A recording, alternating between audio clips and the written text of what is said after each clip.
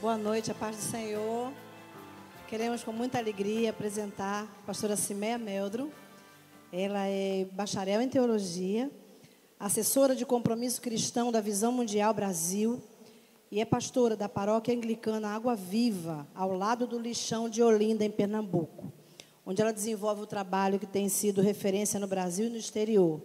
A igreja que ela pastoreia nasceu em 1995 e desde a sua organização ela se envolveu na luta pela transformação do lixão em um aterro sanitário e em um trabalho de resgate das famílias ali presentes. Com prazer, queremos receber a pastora Cimeia, em nome de Jesus.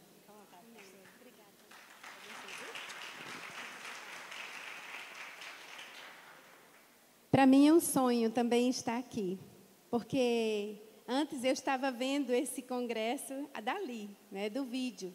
E hoje eu posso compartilhar com vocês. Eu não estou aqui sozinha, eu estou com meu esposo, que hoje está pastoreando a igreja, lá em Águazinha, e meus pais, que estão aqui comigo. Mas, irmãos, para mim é um privilégio estar aqui com vocês. E ontem à noite foi muito rico ouvir o René Padilha e o Carlinhos Queiroz, pessoas que são ícones de quem está trilhando esse momento da igreja, onde Deus está levantando a sua igreja em amor por esse povo. E para mim hoje é muito importante falar sobre a minha experiência. Foi o que o Leandro, eu quero agradecer ao Leandro e à sua equipe por me darem essa oportunidade de falar um pouco do meu testemunho.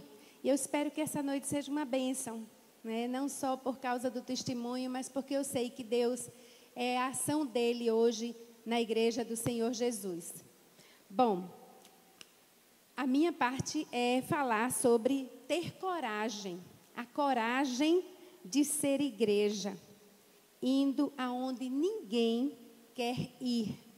Quando eu li esse tema, então volta um filme daquele momento em que Deus mostra você e que você sabe que é você que tem que ir. E que você não queria, que você tinha medo, que você não tinha coragem, que você não gostaria de estar ali porque você já tinha um plano de carreira, talvez ideias de muito tempo, pessoas que diziam assim a você, mas você faz isso muito bem. E aí Deus corta aquilo tudo de uma hora para outra. Deus diz, teu lugar, eu te preparei para estar aqui. Para Deus não existe lugares ou pessoas insignificantes. Deus ama usar pessoas comuns e lugares improváveis. O apóstolo Paulo, ele escreveu sobre isso em Coríntios. E vocês sabem que ele era uma pessoa também excluída, por ser um exterminador de cristãos. Lá em Coríntios 1, 26 e 30, ele diz, agora, meus irmãos, lembrem do que vocês eram quando Deus os chamou. Do ponto de vista humano, poucos de vocês eram sábios, ou poderosos, ou de famílias importantes, para envergonhar os sábios. Deus escolheu aquilo que o mundo acha que é loucura. E para envergonhar os poderosos, Ele escolheu o que o mundo acha fraco. Para destruir o que o mundo pensa que é importante. Deus escolheu aquilo que o mundo despreza. Aqui acha humilde e diz que não tem valor. Isso quer dizer que ninguém pode ficar orgulhoso, pois sabe que está sendo visto por Deus. Porém, Deus uniu vocês com Cristo Jesus e fez com que Cristo seja a nossa sabedoria. E é por meio de Cristo que somos aceitos por Deus. Nos tornamos o povo de Deus e somos salvos. Não existe lugares e pessoas insignificantes. Quando eu cheguei ao Lixão, logo no início, uma das palavras que eu ouvi de um grande pastor da minha denominação, ele disse assim, que aquele ministério, naquele lugar, era um ministério medíocre. Na hora, doeu tanto, porque para mim era um desafio estar ali. Eu tinha 33 anos, meu filho caçula tinha 3 anos, e uma mãe, né, que estava trabalhando eu tinha 3 anos de ordenada, e um ministério incrível com jovens. Então, era um ministério conhecido na cidade, o prefeito de Olinda sempre me chamava para fazer trabalhos, né, com a juventude, era uma juventude forte. E aquela frase era como se eu tivesse mostrado que eu não tinha competência. Escolher deixar uma igreja grande, na companhia de um ministério que causava impacto na cidade, para estar no lixão. Um ministério medíocre. Dói, mas dói. E a gente vem as dúvidas, né? Mas Paulo está dizendo aqui, né, que lembre de quem você seria se Jesus não estivesse na sua vida, né? A quem nós vamos seguir? Aquilo que os homens falam, o que os homens desejam, ou aquilo que Deus está mostrando a você que Ele vai fazer? E Jesus, o Filho de Deus, muitas vezes a gente pergunta, eu sou pastora, como é que eu posso, que o Senhor permite que isso aconteça comigo? Né? Acontece que a voz do Senhor imediatamente diz, né? E o meu filho? Por acaso você é melhor do que meu filho? Você é melhor para estar e não pode entrar neste lugar? Se meu filho estivesse aqui, onde ele estaria? Naquela igreja linda, naquele bairro incrível, com pessoas poderosas, ou ele estaria aqui? E tudo isso era a voz do Espírito no meu coração. E eu que estava numa igreja de elite, que em lugar no mundo nenhum existia igreja no lixão, né? De repente Deus estava me tirando dali. E aí a gente escuta a voz de Natanael, que perguntou, e será que pode sair alguma coisa boa de Nazaré? E Filipe diz, venha ver. E aí Deus diz, venha ver, Simeia, venha ver o que pode ser feito quando o meu povo escuta o meu chamado. Jesus Cristo, Ele se fez o mais desprezível pelos invisíveis da sociedade. É bonito a gente pregar isso. É bonito a gente ler. Mas imaginem você ter que ser exemplo para isso. Por isso, os cristãos devem estar em todos os lugares em que houver pessoas. Às vezes eu estou num lugar assim, onde muita gente bonita, cheirosa, e que tem um assunto tão interessante, de repente meu telefone toca. Gente, é do presídio. É do presídio. São meninos que eu conheci pequenininho, mas que eles não estavam, não seguiram, né, o que a gente estava propondo ali, mas ficou uma semente plantada no coração. E a pessoa que eles confiam em compartilhar, em acalmar seu coração, em ouvir uma palavra de esperança, de incentivo, é a pastora. Então, meu telefone é muito tocado por pessoas do presídio. São meus amigos, né? Aqueles que as pessoas dizem assim, você recebe? É proibido ter telefone em presídio. Mas eles têm. E eu recebo. E não me envergonho disso. E digo isso a todo mundo. Porque se eu não falar com eles, quem vai falar? Se eu não tenho uma palavra de esperança, quem vai dar? E essas são as pessoas que Jesus andava. Deus quer nos usar nos lugares mais complicados e desprezados. Pode ser um cenário de violência, pobreza, corrupção, injustiça, exclusão social, degradação familiar, exatamente como estes que emolduraram o cenário sociopolítico brasileiro hoje. Vemos muitas pessoas desejando fugir de tudo isto, indo para um cenário que seja mais fácil. E onde está a resposta à transformação? Quem irá nesse momento de crise? O que Jesus disse sobre isso? Passando por ali, Jesus viu um homem chamado Mateus, sentado na coletoria, e disse-lhe: siga-me. Mateus levantou-se e o seguiu. Estando Jesus em casa, foram comer com ele e seus discípulos muitos publicanos e pecadores. Vendo isso, os fariseus perguntaram aos discípulos dele: por que o mestre de vocês come com publicanos e pecadores? Ouvindo isso, Jesus disse: não são os que têm saúde que precisam de médico, mas sim os doentes. Vão aprender o que significa misericórdia quero e não holocausto, pois não vim chamar justos, e sim pecadores ao arrependimento. O que Jesus diria dos planos estratégicos missionários de muitas igrejas hoje? Onde e como estamos pensando missões hoje? Somos tentados em pensar grande, resultados de impacto no crescimento rápido, resultados imediatos, sucesso. Tim Keller fala que nós precisamos estar nas cidades, pois nelas estão as pessoas. Esta conferência está nos desafiando a olhar nossas cidades e suas necessidades. E esse olhar nos chama a uma resposta urgente e corajosa. A igreja tem soluções, a igreja tem recursos, a igreja tem condições para o sofrimento humano nas cidades. E é urgente a sua intervenção.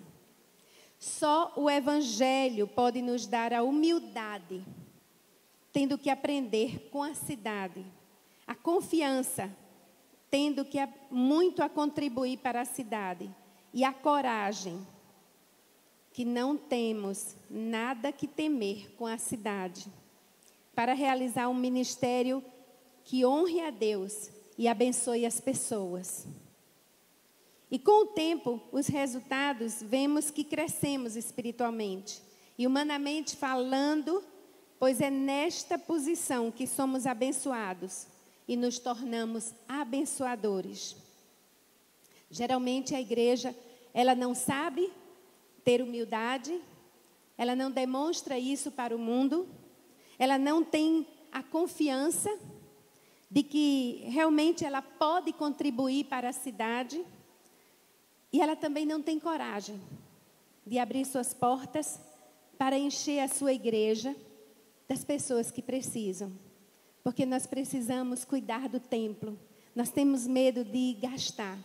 Eu lembro que quando Deus começou a mostrar em Olinda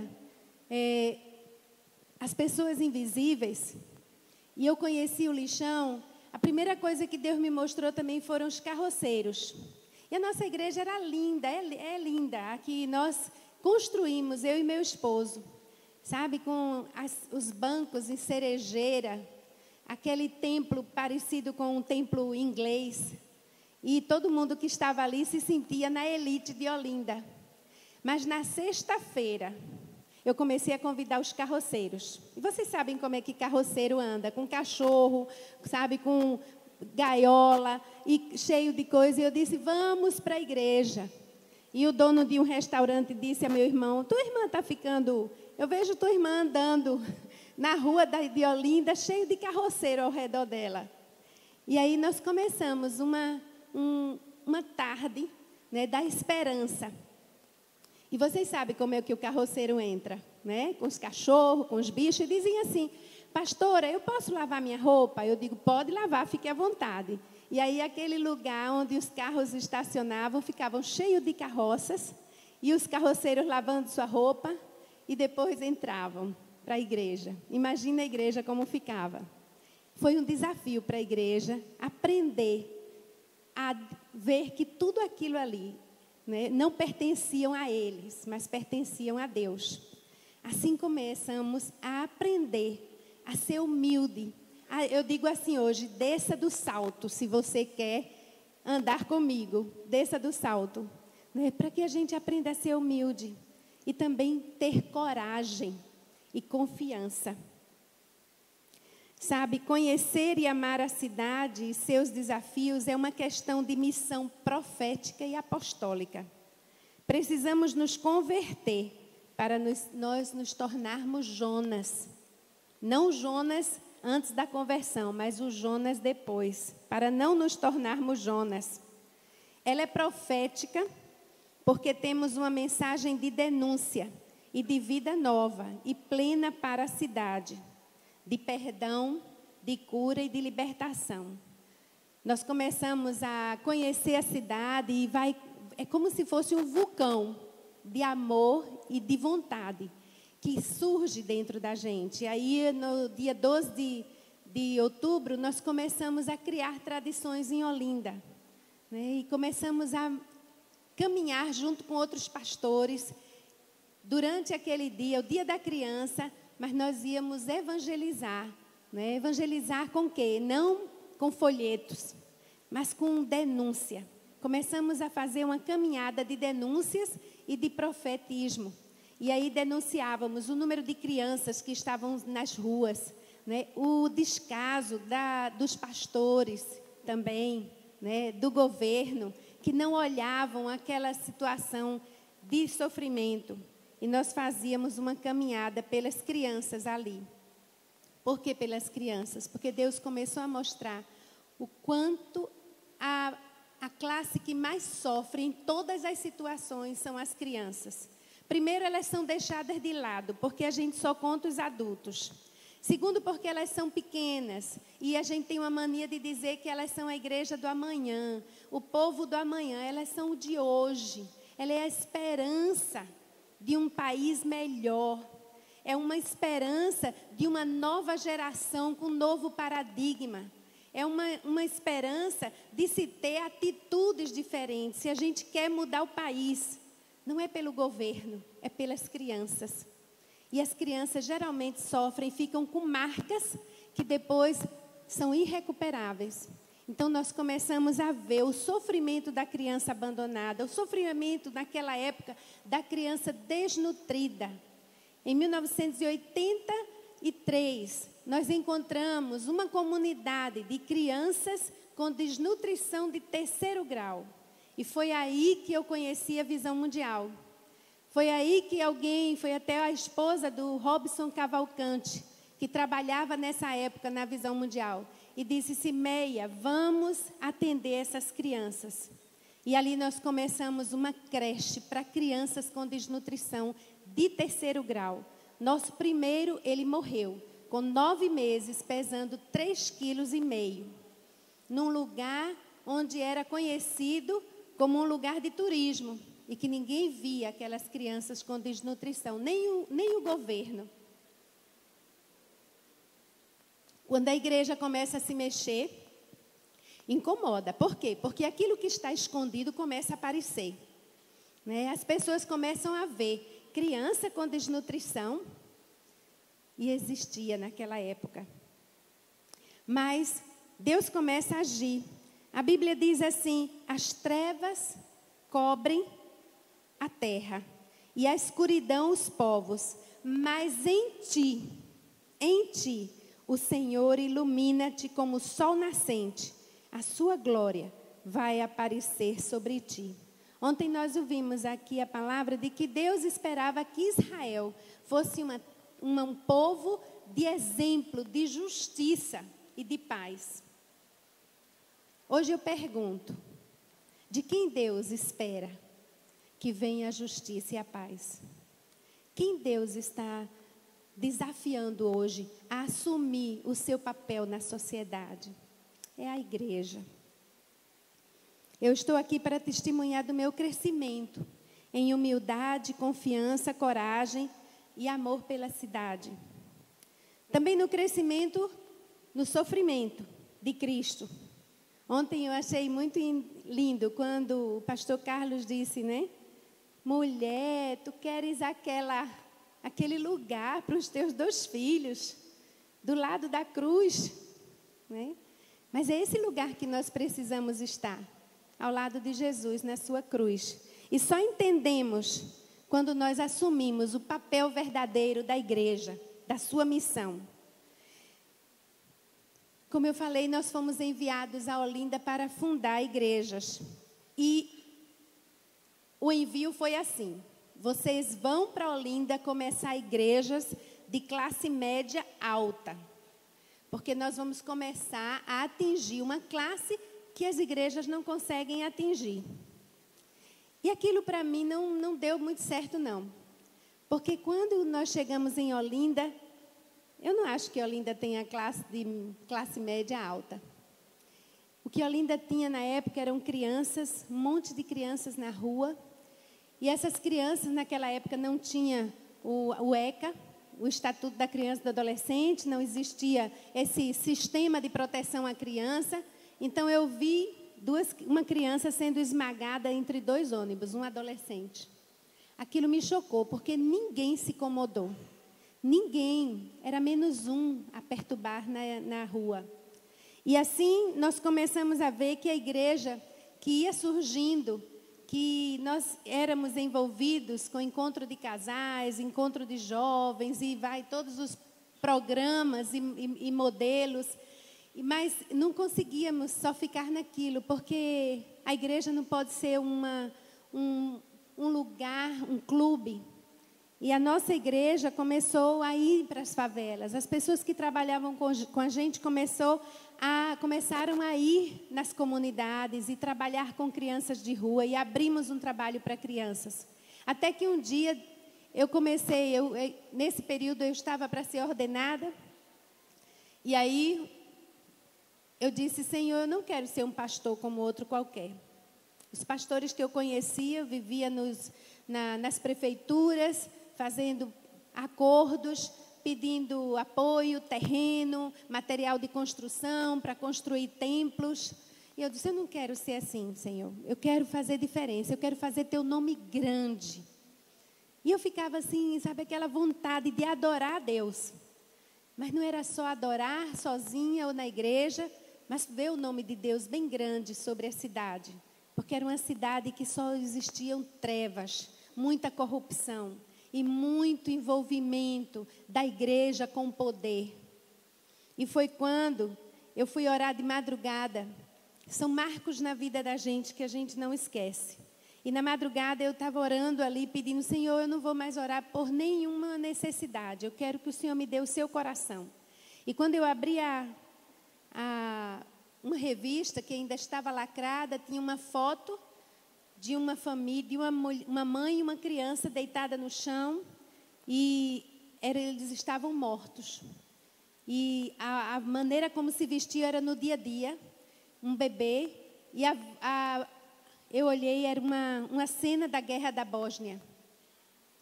E uma grande dor veio no meu coração. E eu comecei a chorar. Eu não chorava, eu urrava. Eu disse: o que é isso? Que dor é essa? E era um peso tão grande.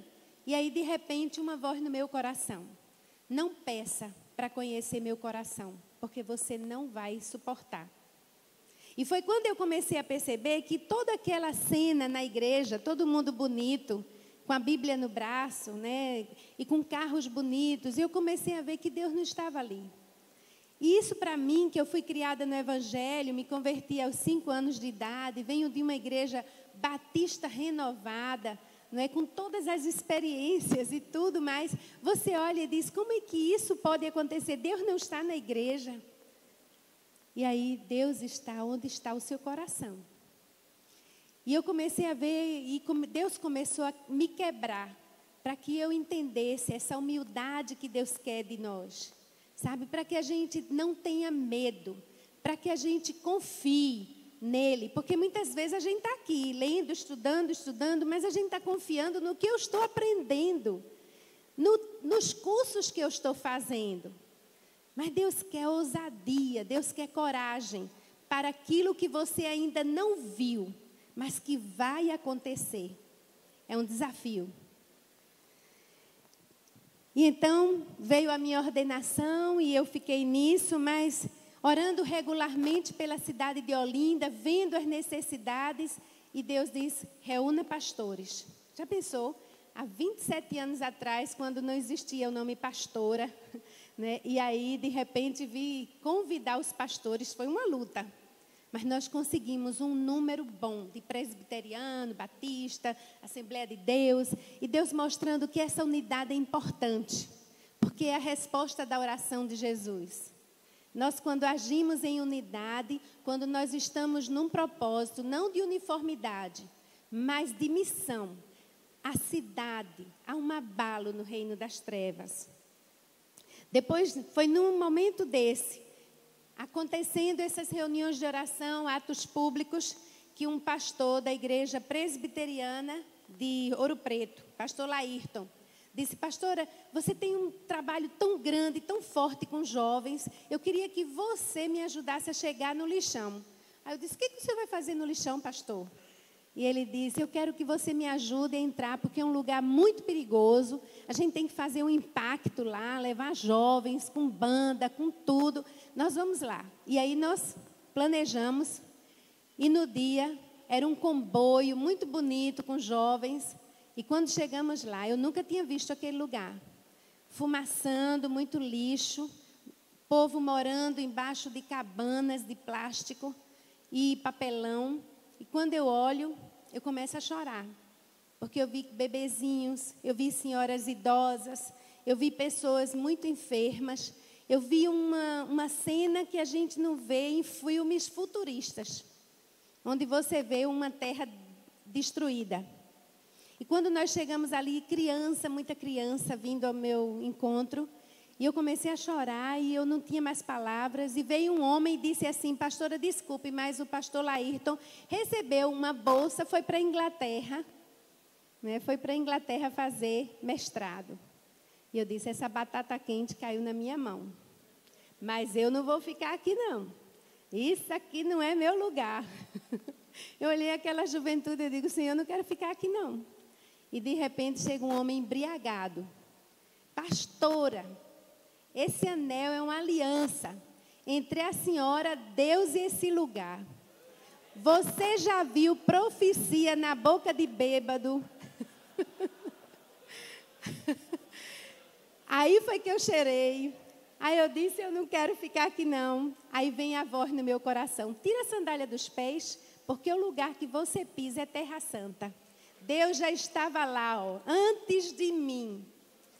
E eu comecei a dizer: Senhor, o Senhor me pegou, sabe? Eu tinha feito uma oração: Senhor, eis-me aqui, envia-me, Senhor, né? Senhor, eu faço qualquer coisa por ti, Jesus. E Deus pegou na palavra. Mas eu não sabia que aquilo tudo tinha um grande plano. Era um plano muito grande. Irmãos, eu quero resumir, porque eu quero passar um filme para você sentir um pouquinho do cheiro do lixão. Mas quando eu comecei a entrar, vai dar tempo, é rapidinho, eu vou passar o filme, está terminando. Mas quando eu comecei a entrar, né, que com o tempo, Deus começou a mostrar que Ele não precisa da igreja, porque os recursos que eu precisava, Ele não deu através da igreja, Ele deu através das pessoas, porque o dinheiro do Senhor não está só na igreja, está lá fora, entende? E Ele mobilizou funcionários da Rede Globo para me ajudar. E lá eu fiquei trabalhando, hoje tem uma igreja. Deus mobilizou o mundo, porque outras nações vieram, pessoas vieram ver o que estava acontecendo.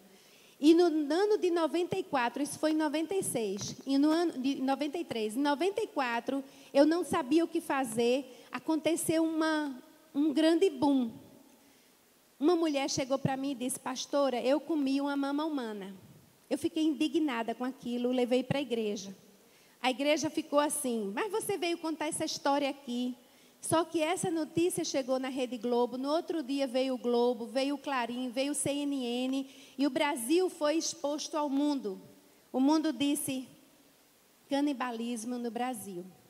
Com isso aí, o que acontece? Deus estava dizendo que Ele que faz, não somos nós. Não precisamos nos preocupar, não precisamos ter medo. Nós precisamos ter coragem. Eu queria mostrar um videozinho para vocês, para encerrar, e depois eu fecho com essa lógica.